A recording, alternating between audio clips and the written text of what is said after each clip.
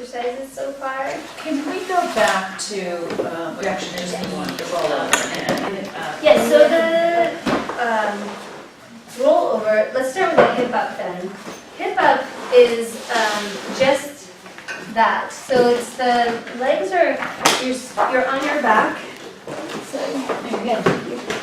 So you're on your back, the legs are crossed here. okay. And I'm gonna take a breath in, exhale, coming over, right? And then I'm gonna roll back down, articulating my way Oh, down. okay, this so it's way. like half of a rollover almost. Yes. Okay. Yeah, so that's the hip up. And then, but you were not using your arm. Right, so you want to be able to do it without your hands and stay in control. Okay. Right, so it's really work here that's making you do it. A lot of people end up, Yeah. going through. That's really not ideal. That's overload. We talked about that overload. Right, that's not focused on the muscles that we're after. Mm-hmm. So the peel back or the step down from that would be the kneecaps up or coccyx curl. Coccyx curl would be the ultimate come back to because that's the deep abdominals, right? Right. Those are the same muscles we're after. Right. But if we want to make coccyx curl and hip up somewhere in between, we can take the knees up, and this is where that kneecaps up idea. So I'm going to coccyx curl without my feet on the floor, right? Really trying to get that. It's a small motion, and I'm getting maybe an inch of motion off, maybe even not that much.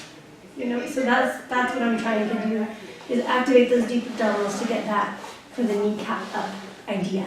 And we talked about also doing that with the wrap, the straight leg wrap, kneecap up, right?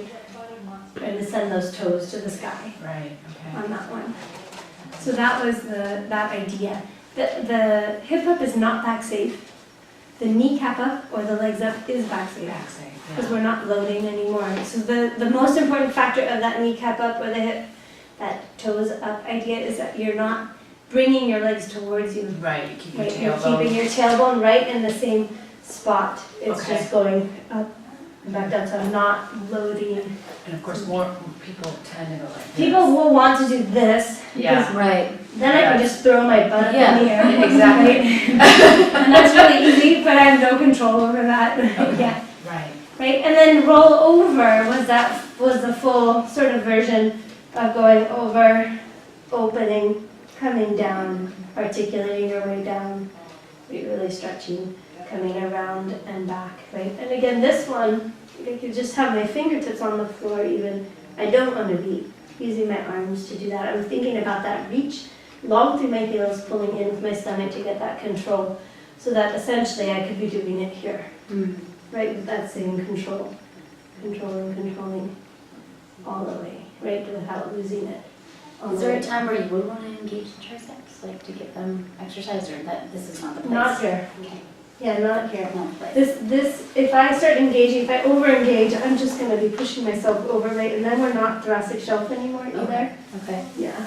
Got it. Yeah. What about on the reformer though, if your arms are in strap? Right, so that's the connection, that's an overhead sequence, right? Oh, And that is, part of that actually is that connection, but then if you, I don't know if you've done the advanced version of that too, we take the arms out of the picture as well. So we start off with that happening. We actually start out with the pull down, then the over, and that, and then we go to the arms and legs going together, and then that, and then we go to the arms and legs going together this way, and then arms and legs going together that way. Got it. So we start taking it away as the person gets more advanced. Yeah. All right, so that's roll over. Right, and then, so let's move on to rolling like a ball. So this can be, but we could pretty much do this all together, I think. I don't know that you need to absolutely watch me do it before you do it. So we'll get enough space behind you so that we scoot around the room a little bit and create some space for yourselves.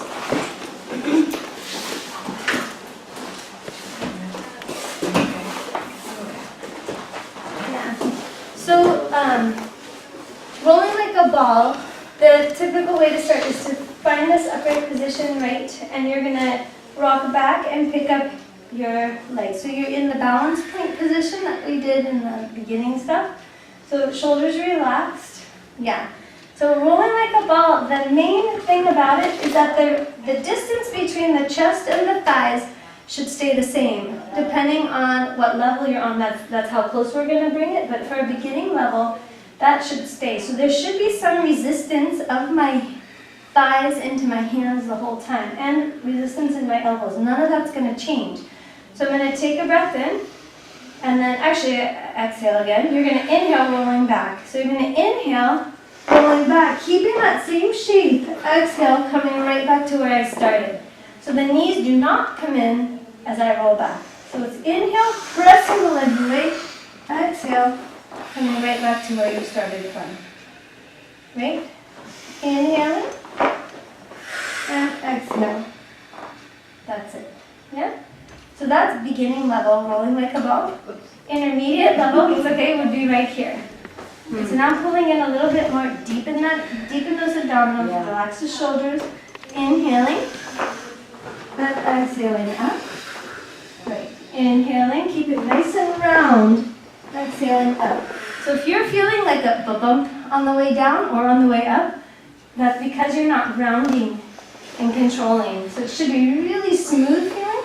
And when I go back, my tail is pretty far up in the air, right? Because I keep that same curve the whole way. How do you cue the rounding of the lumbar? Yes, I can pull it in here.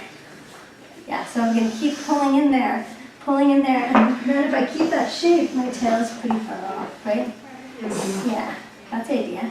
So I have a question for them to scoop, like, should they inhale first and You can scoop first if you want them set, and then inhale back then to go, yeah. And so the advanced is in here, right? I'm pulling in tight, hugging those legs in, heels in towards me.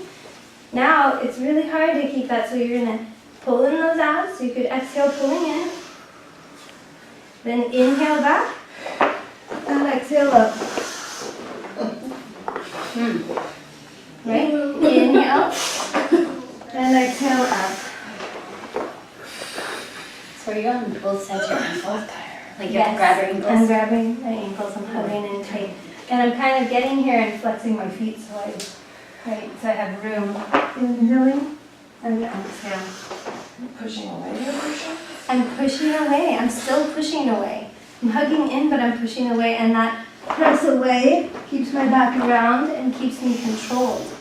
Press away and the pull in. Yeah. Yeah. I'm not doing that. That's okay, you'll get it. So pull in, the exhale is to come back up because that's where you pull your tummy in. Right? So I'll let you practice that in here. And then open leg rocker, which is always fun. So that flows right after. So from this position you can open out, you take one leg on the ankle, the other leg, kind of not fair because we haven't had time to really stretch our hamstrings yet. Shoulders down, same idea, right? I'm going to inhale and exhale back up, controlling the whole way. Exhale back up, nice control. Right, pressing in, drop those shoulders, hollow the belly. Inhale and exhale. Good. And then if you're really good at it, I have this one on here. If you're really good at it, you can take your hands inside. This always makes me feel foolish. Let's see if I can do it right. Inhaling, then exhale. Do you have to have that flexibility, right? It's just a lot harder to get the I contraction. can't get my legs straight. There we are. It's hard to Take a get up. couple of tries. So some people do it here, and some people do it on their toes. That's why I said it's kind of not fair. If it's not fair, we haven't stretched out our hamstrings yet. Okay. Okay? I feel like what's tough is to stop myself with Yes, that's also control. That is also Oh that control. Okay, yeah. yeah. I Yeah? feel like I'm gonna lose. Yeah, I would. Yeah, so find it. It's really good to find it. Use the breath to help you control that roll back and the exhale to come back up. And the exhale to come back up, and the open leg rocker becomes a little bit more forceful, right, to get you back up there. Okay. It becomes more of a like to get you there. Right. And then, but then you have to stop it, and to get there, so you don't keep going. Right, so that's all happening in here. Yep. Okay. So then, and then I have the classic position, which the classic one, which is pretty much the same. Exhale, yeah, as what we just did. With the classic would be with the hands inside or hands on the ankle? I forgot which way he does it. Let me see. So you stretch out legs wide, the feet forward to level forward, scooping the belly and rolling back into the scoop position. He has you start here, bending your knees into the frog, and then I think it's, let's see where to put your hands. Grab the ankles. No, it's here. Yeah, it's here. So it's here, and then here, and then going for it there. So inhale. And exhaling. Oops. There. Okay. Spine twist. So remember we were just talking. What were we just talking about in the load in the spine that makes it very loaded? Right? Is rotation and flexion. Rotation and flexion. Together. So spine twist technically is a safe exercise for the back as long as you can stay perfectly stacked on your sit bones.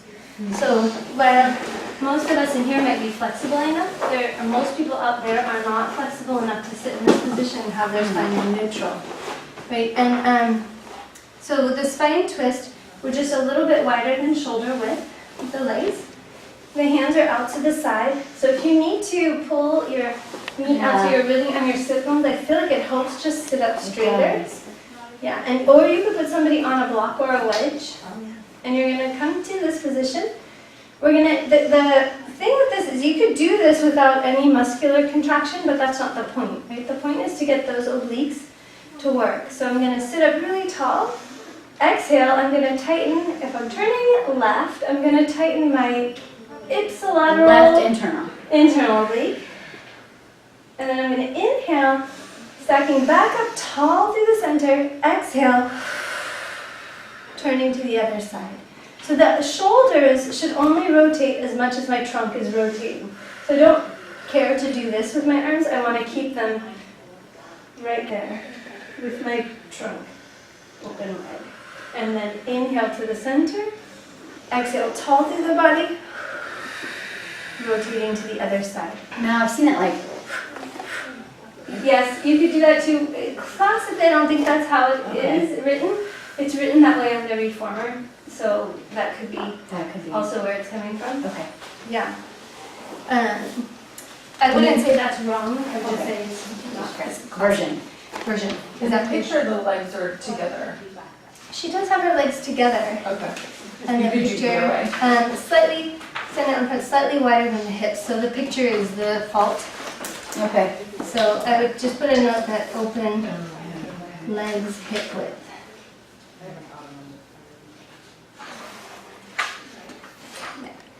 And the classic is the same. Classic is pretty much the same. Yeah. The classic he pulses twice. So the classic version pulses twice. What I learned a long time ago. That's how I learned it. Yes. So that's where the pulse twice is in the classic. In the one that I learned, it was one time. So, and you'll see it on the Reformer. See that way. Yes, and the second, and always that second rotation, at least on the Reformer, that second rotation is there to finish the squeeze, to get a little bit more rotation. So who would you not want to rotate to the end range? Who would you not do that second exhale with? Disc. Disc. Possibly disc, but even more specifically would be people with osteoporosis. We're not going to put them in end range rotation or osteoporosis. We won't put them in end range rotation or end range side bend. Right? That's just too loading on the And the circle, or end range, you mean? end range. I mean the limits of their motion. Okay. You don't want to shove somebody Okay. so remember which part of the spine rotates the most? Thoracic. And do you know which part of the spine fractures the most with osteoporosis? Thoracic, right? Thoracic. You said if we see it in the lumbar, it's really bad. It's worse. It's going to be worse. The score would be worse in the thoracic typically. And so would you say that any older person because there's a lot of older person out there that do not know if they do osteoporosis, would it be safer to not bring them to the range? To end a range in a general group class with 65 and up, Yeah, see. I wouldn't be going end range on anything. Okay. That's a good question. And men don't get tested for osteoporosis. But you can assume that men over the age of 72, I believe it is, you can assume that like 50% of them have osteoporosis. Okay. Yeah, that would be a safe assumption. Maybe a little lower than that, but at least then you're being safe. A lot of men over the age of 72 or 75 have osteoporosis. And Why don't they test men? Because it's a hormonal related thing? they think it is. It happens in women younger. So it's screened in women, it's not screened in men. But one of my clients is a 90-year-old man and he's had multiple fractures from osteoporosis. So the saw, so here on this picture on the saw, the legs are too wide. So the one before they were too narrow, this one they're too wide. And so the saw comes right after the twist. So you can go a tiny bit wider than where we were, but I really wouldn't go too wide on this. This is the one that you're not going to do for your discs for sure, right? And your osteoporosis for sure. So you're going to start in that same position. Take a breath in. You're going to exhale, turning. The backhand palm turns up to the sky. I'm going to reach for my ankle, hollow into that rotation, and saw my ankle off. 1, 2, 3. Inhale, coming up. Exhale, and saw off. 1, 2, 3. Inhale, exhale, and saw. 2, 3. Inhale, and exhale. Saw. 2, 3. Inhale. No, you're counting 3. And 3 saws. Whenever I've done it, I've only done 2 Oh, in classes. well. There you go. 3 variations. The backhand. Yeah, so why do we Other way. then? I turned the shoulder into internal rotation. I think the thought was that it'll help you open that. It'll help you lift up in that back arm and open that shoulder in the back. So open that. Yes. Open, okay. So That's the idea. supination. Supination. To open the back. Supinate. Okay. But don't put that supination equals open. It's typically external rotation of the shoulder that opens, and that's internal rotation. So Okay. don't associate it. Okay. Only in this exercise. Okay. So the saw classic, I think is pretty much the same. Evenly weighted and forward fold. I'll see if the pinky finger over ankle. He classically saws off 3 times. So this time he classically saws off 3 times. And do you want a cue for a straight back? Up here, it's actually, no, it's not a straight back. It is a forward fold. okay. With rotation. My least favorite. So in my classes, I don't think I ever do this. I will sometimes do twist if I'm sure that my class can handle it. But in a group class, I never really saw anything off. Because I'm paranoid that way. Alright, so spine stretch. There are a whole bunch of ways to teach the spine stretch. I tend to be a little conservative on my spine stretch. So the classic spine stretch is basically here, and he ends up folding way over his low spine, reaching as far as he can, and coming back up, right? I don't teach it that way. In fact, I wasn't taught it that way, and I really appreciate the way I was taught it because I'm all about strengthening those spinal extensors in seated, and not flexing too much in the lumbar spine in this position. This is also, that forward bend is a very loaded spinal flexion also. So I learned it as sitting here in the imagination, having the imagination that there's a table that comes right up to your rib cage, and your hands are resting on that table like a coffee table. And your job is to reach across the table to get the salt shaker on the other side. Right, so how are you going to do that? You're going to lift up, you're going to round over the table, and go forward. So the position on my sit bones really doesn't change. And then I'm going to inhale and stack back up. So remember that table is blocking you. You can't go forward here. You're going to go up and forward, stretching those arms long.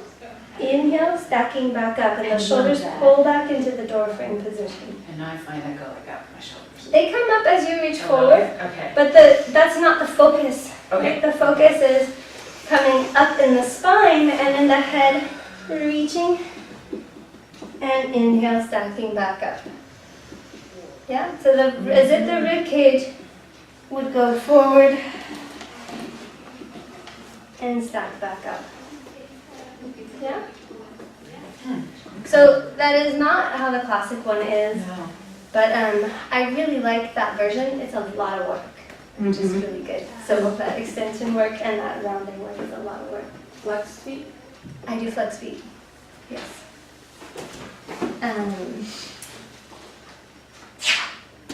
And so let's see.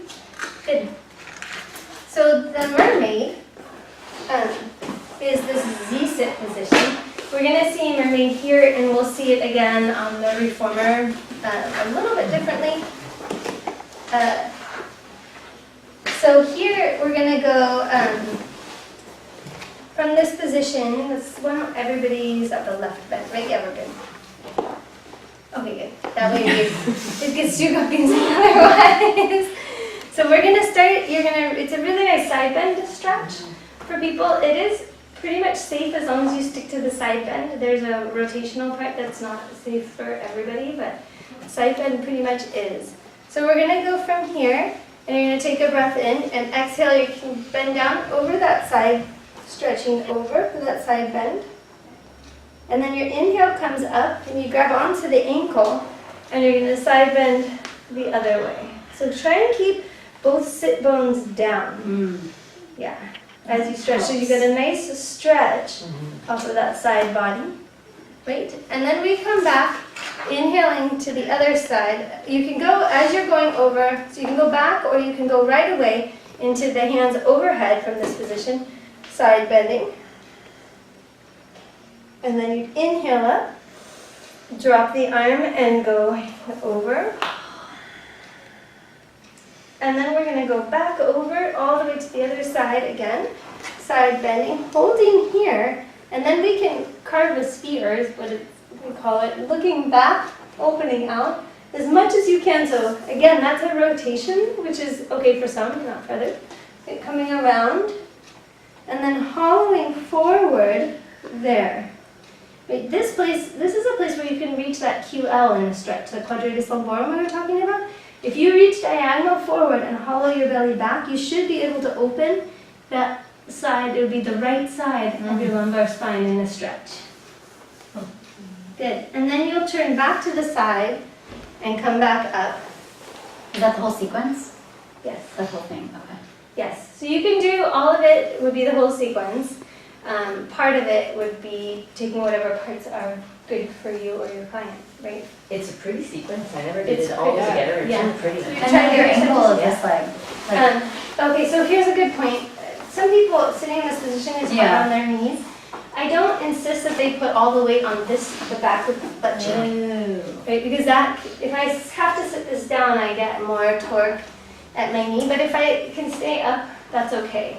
It's just on the stretch away and the stretch here that I want to feel anchored a little bit. So either they can anchor here or they could anchor here.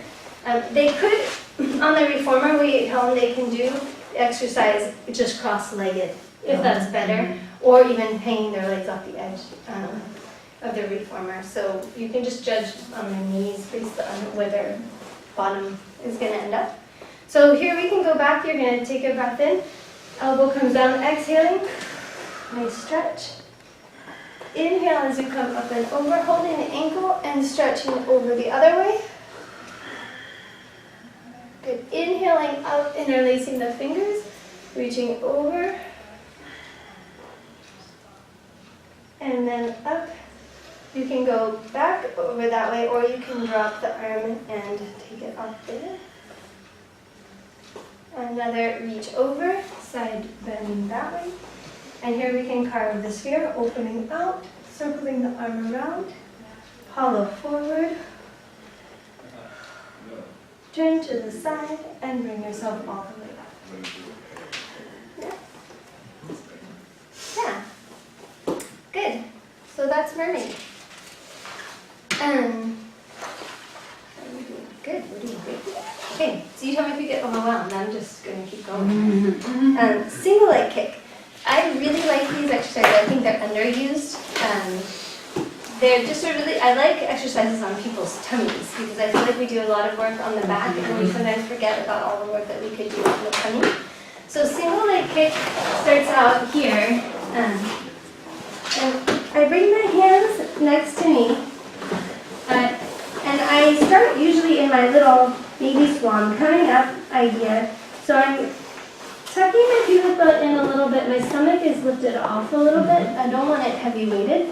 And then exhale, pulling myself forward a little bit, and then bringing the elbows in and making fists here. So the feeling in my upper body is that I'm pulling forward, my neck is long, and my tummy is pretty much off the mat. My pubic bone is down. So for single leg kick, I'm going to take my right foot, and it's point, flex, point reaching it back to the floor. Other foot, point, flex, point reaching it back to the floor. Now classically, it's point, flex, lift it off the floor. Right, that's how. Point, flex, lift it off the floor. So that's our more advanced version. So the beginning version would be point, flex, point it back. And the more advanced would be point, flex, lifting back. Oh, okay, Yeah. I see. Yeah? Right. Right, choosing. Glute more. Yes, exactly. Okay. Without, I guess, wiggling. I'm sorry. Without wiggling. Without wiggling. So this pull will help you also stabilize, right? The shoulder blades running down your back.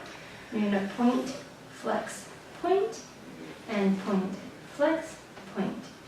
Right? So that's that. And then this leads beautifully into the double leg stretch. So from here, usually roll yourselves back down, turn your head to the side, and interlace your fingers behind your back, bringing the elbows up as high as you can. And here, both feet are going to be working together. So again, I find that nice strong stomach position. I'm going to take a breath in, and on my exhale, it's point both, flex both, point them back to the floor, leave them on the floor. Reach your arms back, lift your chest up, turn to the other side, elbows bend, and the feet go point, flex, point, back to the floor, press into the floor, reaching up, turning the head, going back. Okay, so that's our typical version. The next step version would be to do the same point, flex. Now point, allow the feet to separate some, float them up, off the floor, reaching back, turning, and bending, and point, flex, open them, up, coming back, turning, and bending. And then if we want to be really tricky, we open them up, we come up, we take the arms all in front, and we lower back down. Right? That's the double leg stretch. So the classic version, the feet are always off the floor. I like starting with the beginning version because it anchors you and it teaches you how to lift this part up when your legs are down. So you're not automatically going all into your low back, right? You're going into your upper back to find some extension first. And then when we put it together, you really can have both of those things working together rather than it always coming from your low back. The exhales are usually on the legs, so it's and then down. We point, flex. Yep. Reach. Yes. Okay, got it, thanks. Yes. Good. That's a double leg stretch. Or double leg kick, I'm sorry. Double leg kick. And then, seal. Seal is so fun. I love Makes seal. everybody giggle. Yes. Okay. So seal is back to our rolling like a ball idea. It's one of the classics. I don't think it's changed much in anybody's book in the classic. But basically you're grabbing under here, holding on to your feet here, Yes. right? And so here, we're gonna hold our nice posture. Take a breath in, hollowing. And then on your next inhale, you roll back. 1, 2, 3, and roll forward. I love it. My instructors always end with this. Yeah, They a make lot us of so people happy. end with this. And I think classically, I'm trying to remember if he slaps the feet at the back or the front. I think it was different than clap 3 times and then like a seal. Inhale, roll back, and then hold this moment, clap the feet. We clap it in both places, and I think he claps it, Does it just do one? I don't know. clap the feet together twice, repeat 6 times.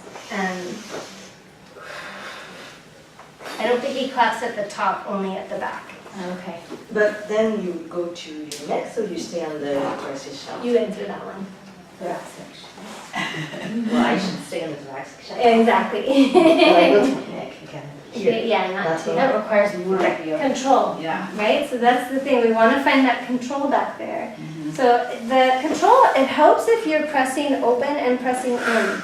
Like that opposition. I'm pressing out with my arms and pressing in. There's energy there. A lot of energy in that position. Going back, I still have that energy. That energy is pushing open and pressing in together. So it's really makes that nice connection. You have to practice. Yeah? Yeah. So classically, it was a way to end the workout. I think that on the mat. It's cool. Yeah. I love that one. I missed that one.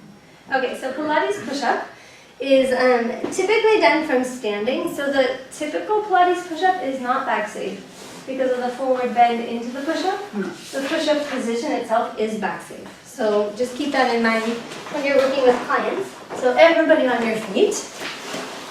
And probably back up a little bit to create some space. And so here you're going to take a nice big inhale, reaching up to the sky. You're going to exhale, folding and reaching as far out in front of you as you can, with your hands coming to the floor far away in front, and walk your hands out into that plank position. You'll do 1 push-up, and up, and come all the way back where you started from, reversing the motion all the way back up to stance. And here, do we round or we go up? I hinge. What hinge mean? And you hinge all the way down too, right? I do. I hinge on the way down, I hinge on the way up. I feel like it gives me more reach Okay. than rounding right here by my feet, so you don't walk in so close to your feet. From Pilates pictures, it seems that he might have hinged there too. Okay. I'm not 100% sure. Yeah, that's it. And then you can walk your way out, hold, do a push-up, and up, and walk your way all the way back, and all the way back. Right. Okay, so because that's so easy to do 10 times in a row, we add the arabesque. Oh, lovely.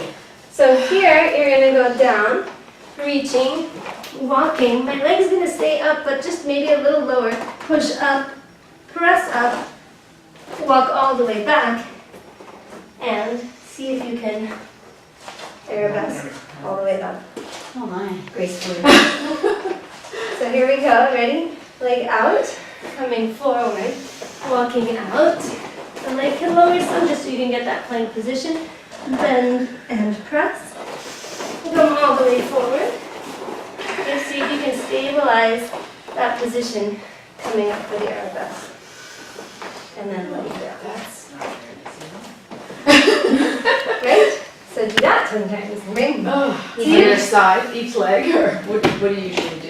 I usually 4 or throw 5 one. on each. I usually throw one arabesque in at the end just for kicks. I'm doing it just so I can see everybody fall over before Yeah. they right. Yeah, and it's harder on this floor because the mat makes it unstable. So it makes it quite a hard exercise. You can also, go down and do several push-ups in a row and then come back up. That's typically what I do. I don't make people up and down so much.